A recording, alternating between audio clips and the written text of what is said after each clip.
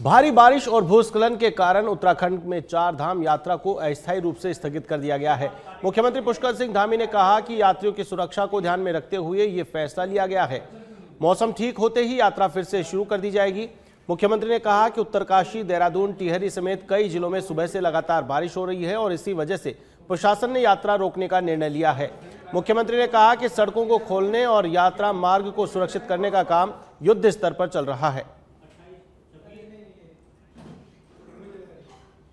आया है और जगह जगह पर चूंकि बहुत सारी जगह पर भूस्खलन हो गया है, कहीं बहुत ज़्यादा प्रातःकाल से ही, जैसे उत्तरकाशी है, देहरादून है, टिहरी है, इन सब में लगातार बारिश हो रही है। इसलिए यात्रा को यात्रियों की सुविधा की दृष्टि से, उनकी सुरक्षा की दृष्टि से स्थगित किया गया है। जैसे मौसम ठीक होगा फिर से यात्रा चालू होगी। अलर्ट आया है और जगह जगह पर चूंकि बहुत सारी जगह पर भूस्खलन हो गया है, कहीं बहुत ज़्यादा प्रातःकाल से ही, जैसे उत्तरकाशी है, देहरादून है, टिहरी है, इन सब में लगातार बारिश हो रही है। इसलिए यात्रा को यात्रियों की सुविधा की दृष्टि से, उनकी सुरक्षा की दृष्टि से स्थगित किया गया है। जैसे मौसम ठीक होगा फिर से यात्रा चालू होगी। अलर्ट आया है और जगह जगह पर चूंकि बहुत सारी जगह पर भूस्खलन हो गया है, कहीं बहुत ज़्यादा प्रातःकाल से ही, जैसे उत्तरकाशी है, देहरादून है, टिहरी है, इन सब में लगातार बारिश।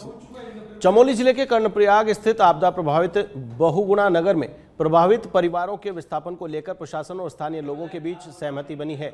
जिलाधिकारी गौरव कुमार ने बहुगुणा नगर और सुभाष नगर क्षेत्र का स्थलीय निरीक्षण कर प्रभावित परिवारों से संवाद किया। इस दौरान 35 से अधिक प्रभावित परिवारों ने स्वैच्छिक रूप से विस्थापन के लिए सहमति जताई है। उत्तराखंड में मानसून के बीच सड़कों की खस्ता हाल स्थिति को लेकर सियासत तेज हो गई है। मुख्यमंत्री पुष्कर सिंह धामी के निर्देशों के बावजूद हालात में सुधार नहीं दिख रहा है। भाजपा विधायक विनोद चमोली ने लापरवाह अधिकारियों पर कड़ी नाराजगी जताते हुए कार्रवाई की मांग की। उनका कहना है कि अगर संसाधनों की कमी है तो उसे दूर किया जाए, लेकिन लापरवाही बर्दाश्त नहीं की जाएगी। वहीं कांग्रेस ने भी सड़क मुद्दे पर सरकार को घेरा है। पार्टी का आरोप है कि बरसात में सड़कों की हालत बद से बदतर हो गई है और जनता परेशान है।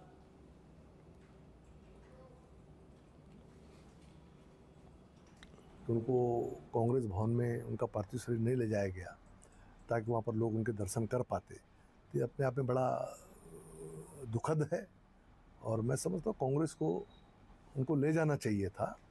हमारे यहाँ भी जब कोई किसी कार्यकर्ता का इस प्रकार से अगर देहांत होता है तो हम पहला काम यही करते हैं कि उनके घर से हम पहले कार्यालय को लाते हैं, क्योंकि मुझे ध्यान है जब माननीय खंडूड़ी जी का देहांत हुआ था तो मैं वहीं घर पर था, तो हमने ही कार्यक्रम बनाया। हमने कहा भाई घर से ले जाके पहले पार्टी कार्यालय ले जाएंगे, क्योंकि पार्टी कार्यालय के प्रति भी उन लोगों का समर्पण रहता है, जीवन दिया है इन लोगों ने, कार्यकर्ता उनके दर्शन करना चाहता है। उत्तराखंड में लगातार हो रही बारिश के चलते मुश्किलें बढ़ती जा रही हैं। जहां देहरादून मसूरी मार्ग पर कोलू खेत के पास अचानक भारी मलबा और बड़े बड़े पत्थर सड़क पर आ गए, जिससे यातायात पूरी तरह प्रभावित हो गया। भूस्खलन के बाद प्रशासन ने सुरक्षा के लिहाज से दोनों ओर से वाहनों की आवाजाही रोक दी। जहां करीब 2 घंटे से मार्ग बंद रहने के कारण दोनों ओर वाहनों की लंबी कतारें लग गई और यात्रियों को भारी परेशानी का सामना करना पड़ा। तो वहीं जेसीबी और अन्य मशीनों की मदद से मलबा हटाने का काम जारी है, लेकिन लगातार बारिश से राहत कार्यों में व्यवधान उत्पन्न हो रहा है। प्रशासन ने लोगों से सावधानी बरतने और अनावश्यक यात्रा से बचने की अपील की है।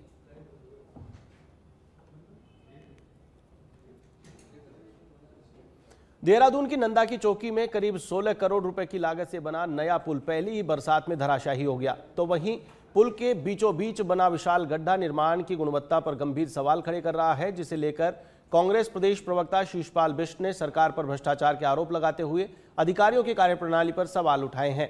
तो वहीं पूर्व मुख्यमंत्री और वर्तमान सांसद त्रिवेंद्र सिंह रावत ने भी निर्माण कार्यों में लापरवाही को लेकर चिंता जताई है।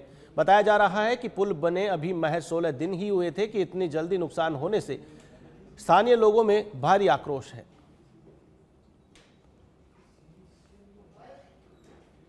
लगातार कह रही है कि जीरो टॉलरेंस का दावा करने वाली भाजपा की सरकार भ्रष्टाचार के अखंड दलदल में डूबी हुई है। भाजपा के ही पूर्व मुख्यमंत्री तीरथ सिंह रावत जी ऑन कैमरा पहले कह चुके हैं कि ऐसा कोई विभाग नहीं है इस सरकार में जिसमें 20% और 40% कमीशन का खेल ना चल रहा हो, और उसका जीता जागता उदाहरण आप देख सकते हैं। प्रेमनगर की नंदा की चौकी पे जो पुल अभी 12 तारीख को जिसका उद्घाटन हुआ था, 16 करोड़ की लागत से पुल बना है ऐसा बताया जा रहा है। वो 16 दिन भी नहीं चला और पुल आप देखिए उसमें बड़ी बड़ी दरारें आ गई, गड्ढे पड़ गए हैं। तो किस तरीके से गुणवत्ता के साथ खिलवाड़ हो रहा है, भ्रष्टाचार किस चरम पर। उत्तराखंड में लगातार हो रही मूसलाधार बारिश का असर अब पर्यटन नगरी मसूरी में भी देखने को मिल रहा है। बीती देर रात मसूरी देहरादून मार्ग पर मैगी पॉइंट के ऊपर अचानक भारी भूस्खलन हो गया, जिससे एक दुकान का बड़ा हिस्सा क्षतिग्रस्त हो गया। भूस्खलन के कारण मसूरी देहरादून मुख्य मार्ग भी पूरी तरह बाधित हो गया। बारिश के चलते जनजीवन अस्त व्यस्त हो गया।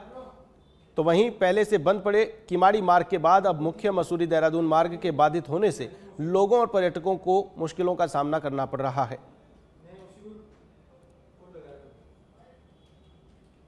जरूर बादल ही फटा। इसमें पीछे आप देख सकते हैं कि काफी एक बड़ा गड्ढा सा हो रखा है यहाँ पे दुकान के पीछे, और पूरा पहाड़ खिसक के नीचे आ गया, जिसमें पूरी दुकान को पूरी हानि पहुंचाई। सारा सामान इसमें खराब हो गया है और शासन प्रशासन से कोई राहत नहीं मिली है। जैसे कि आप देख रहे हैं, इस पूरी रोड में पुश्ते लगे होते थे, ये पिछले साल आपदा में टूट रखे हैं और इसे पूरा 1 साल हो चुका है। अब तक कोई इसमें पूछने नहीं आया है कि यहाँ पर पुश्ते लगने या नहीं लगने। पीडब्ल्यूडी अपनी मर्जी से बार बार रिपीट हो रहा है। जो लास्ट ईयर आपने देखा होगा, जो अभी सड़क का जो हाल है वो सेम वही पुश्ता गया है जो पुश्ता लास्ट ईयर जिसका निर्माण हुआ था। ये शॉप लास्ट ईयर भी इसको नुकसान हुआ था, यहाँ पर भी इसी साल सेम हुआ है। और इसी से आगे 100 मीटर आगे 200 मीटर आगे एक पुश्ता बना था और सेम उसी जगह पे वहाँ भी नुकसान हुआ है। और ये तो हमारे एरिया की बात है। बाकी जो सुनने में आ रहा है चूना खाला और ऊपर हनुमान मंदिर के पास भी अभी आपको शायद अभी आप जाएंगे तो वहाँ भी काफी आपदा के निशान दिखाई दे रहे हैं। बार बार रिपीट हो रहा है। जो लास्ट ईयर आपने देखा होगा, जो अभी सड़क का जो हाल। जिलाधिकारी मनीष कुमार ने लोहाघाट स्थित पलसो गांव में सरकारी स्कूल के औचक निरीक्षण पर पहुंचे, जहां उन्होंने स्कूल की साफ सफाई, कक्षाओं, विद्युत व्यवस्था, शौचालय और लाइब्रेरी का निरीक्षण कर व्यवस्थाओं का जायजा लिया। इस दौरान डीएम ने कक्षा में बच्चों को सरल और रोचक तरीके से सामाजिक विज्ञान पढ़ाया और हड़प्पा सभ्यता व प्राचीन सभ्यताओं की जानकारी दी। इस दौरान जिलाधिकारी ने लगातार अनुपस्थित रहने वाले विद्यार्थियों के घर जाकर अभिभावकों से संपर्क करने और ड्रॉप आउट रोकने के लिए अभियान चलाने के निर्देश भी दिए। साथ ही उन्होंने गुणवत्तापूर्ण शिक्षा और नियमित उपस्थिति पर भी जोर दिया।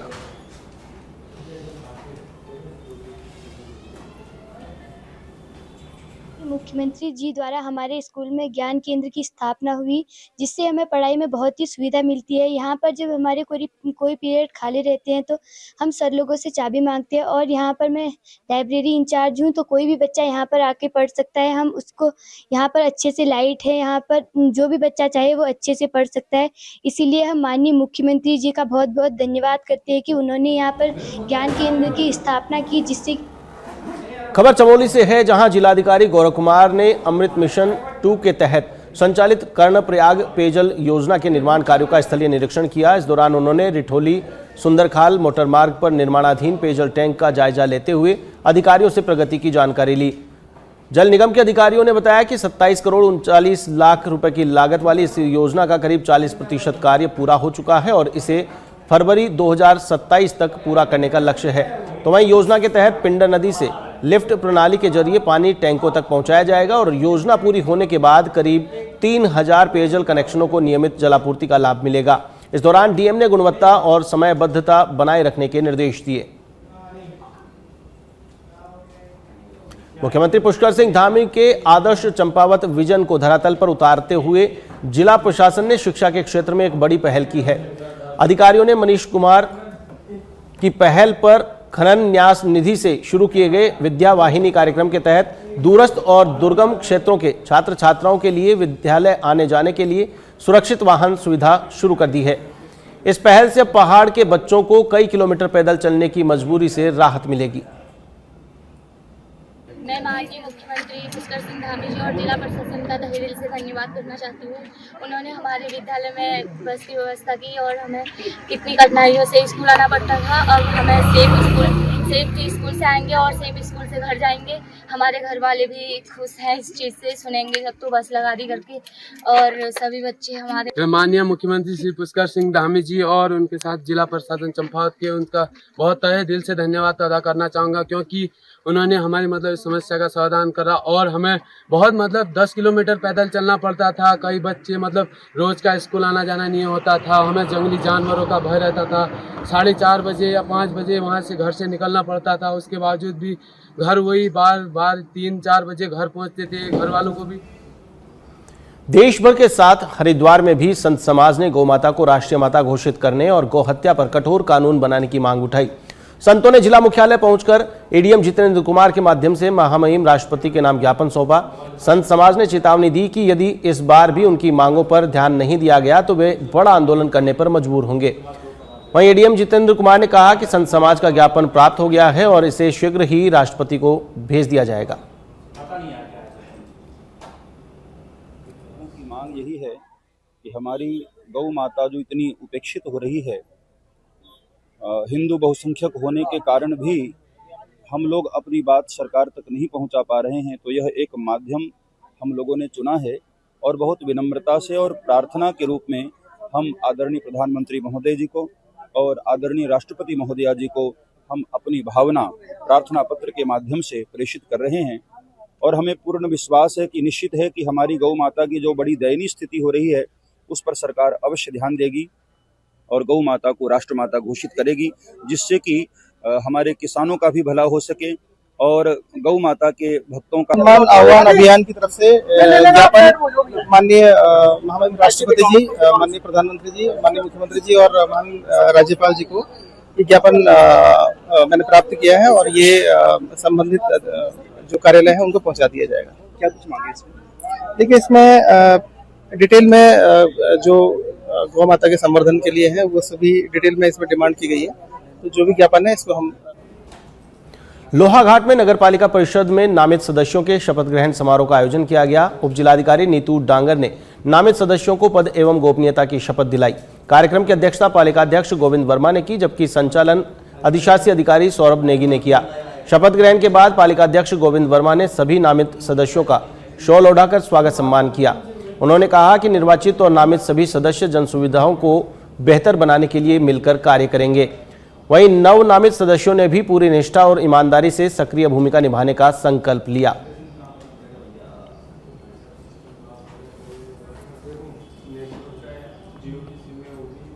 श्रावण कावड़ मेला 2026 को देखते हुए हरिद्वार जिला प्रशासन ने बड़ा फैसला लिया है। जिलाधिकारी मयूर दीक्षित ने 30 जुलाई से 11 अगस्त तक जिले के सभी स्कूलों, उच्च शिक्षण संस्थानों, तकनीकी संस्थानों और आंगनबाड़ी केंद्रों में शैक्षणिक अवकाश घोषित किया है। प्रशासन का कहना है कि कावड़ यात्रियों की भारी भीड़ और यातायात व्यवस्था को ध्यान में रखते हुए ये निर्णय लिया गया है। छात्रों की पढ़ाई प्रभावित ना हो, इसके लिए सभी शिक्षण संस्थानों को ऑनलाइन कक्षाएं संचालित करने के निर्देश दिए गए हैं। साथ ही आदेश का कड़ाई से पालन सुनिश्चित करने के लिए भी संबंधित अधिकारियों को आवश्यक दिशा निर्देश दिए गए हैं।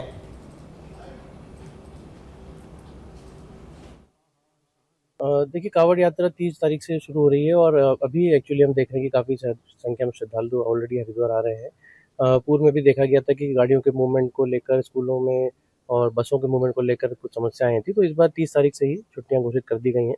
30 जुलाई से लेकर 11 अगस्त तक सभी शैक्षण संस्थान बंद रहेंगे और आंगनबाड़ी सेंटर्स को भी बंद रखने के आदेश किए।